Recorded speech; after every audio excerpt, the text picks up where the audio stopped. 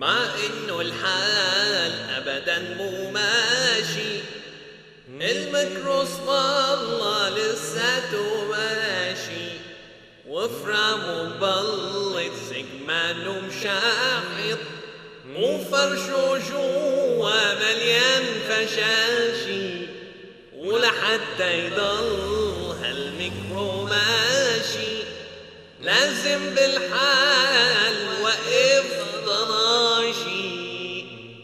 لك لا اسطيلي مو تبع هالقصص، بس هو كريم خير الله بيلي بجيب تموله ونازل شبرا برفقاته تبع الشده، وبعدين هو كمان مسكين مبارح شكالي همه والحكي بيناتنا لا يا برو طبعا ولو. اخي بتعرف هالايام الواحد بيشوف اشكال الوان على هالديجيتال. هذا صاحبنا كل ما بيفوت على البيت بيلاقي لك اياها ما نكون شيء وريحتها طالعه، يعني فرش شكل مثل سيفه الالمنيوم لما بتعتق. ولي على هالشوفه، هذا غير المناوشات بينها وبين الحجه مفيده. دخلك والحجه مفيده، مو لازم تكبر عقلك. والله حرام، المخلوقه امبارح ما طلع منها غير كل كلمه طيبه واعتزت منها حتى. اوف، وليش تعتذر منها؟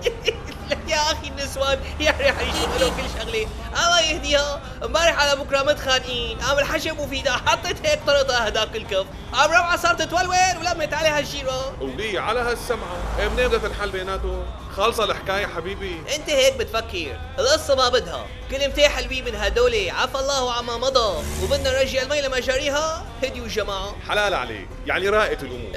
يعني بتقدر تقول صار في هدوء حذر. ما قلت لك بحياتها ما بتزبط بيناتهم؟ بلا بتزبط، معها بتزبط، بس خليني اكمل لك شو صار. هات لشو. يا سيدي حلوة الصلحة حلف علينا مسلم إلا نقعد نتسحر، ولا لروعات تقوم تحط لنا شوية حواضر وتقلي لنا كم بيضة. حلو، يعني باخرتها طلعت بسحور مرتب. والله انت المرتب. لسه ما طلعت من الأوضة كانت الحجة مفيدة قالت لها بس مو مثل عوايدك تقلي للبيضات بالزيت، اليوم بالسمن العربي وحطي عليه لحمة وسنوبة. هالحجة مفيدة مو مفيدة بالمرة. أدحت لك ياها روعة هديك الزورة وقالت لها يا مو لحتى ابنك يجيب سمنة ولحمة وسنوبر يا بعدي. العمى شو معناتها رجعت علقة؟ الله وكيلك، كلمة من الحجة كلمة من روعة رد عليها مسلا.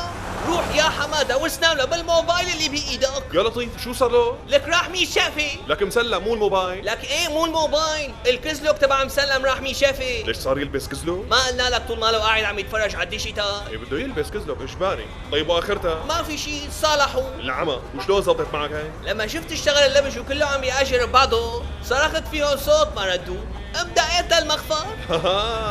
اذا هيك معناتها اكيد تصالحوا. لكن منين بدهم يتخانقوا اذا حاطينهم كل واحد بنظاره؟